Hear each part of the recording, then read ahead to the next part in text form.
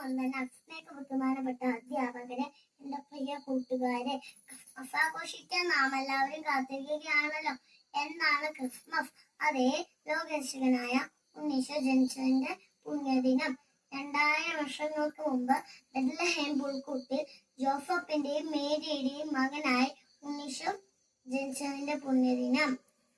ലോകമെമ്പാടും December 25-നാണ് Christmas ആഘോഷിക്കുന്നത്. വിശ്വാസികൾ പ്രാർത്ഥനയുടെയും ഫലപ്രവൃത്തികൾ ചെയ്തും ഉണ്ണീശോയ്ക്ക് ഹൃദയത്തിൽ പക്ക സ്ഥലം ഒരുക്കുന്നു. ദേവാലയങ്ങളിൽ പ്രത്യേകം പ്രാർത്ഥനകൾ നടത്താറുണ്ട്.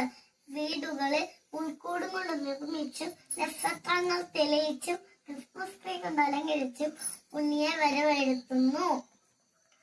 ക്രിസ്മസ് കാർഡുകളും സമ്മാനങ്ങളും കൈമാറുന്നു. കുട്ടികൾക്കുള്ള സമ്മാനങ്ങളുമായി ക്രിസ്മസ് പാപ്പ വരുമെന്നുള്ള വിശ്വാസവുമുണ്ട്. സന്തോഷത്തിന്റെയും സമാധാനത്തിന്റെയും നല്ലൊരു ക്രിസ്മസിനായി നമുക്ക് കാത്തിരിക്കാം.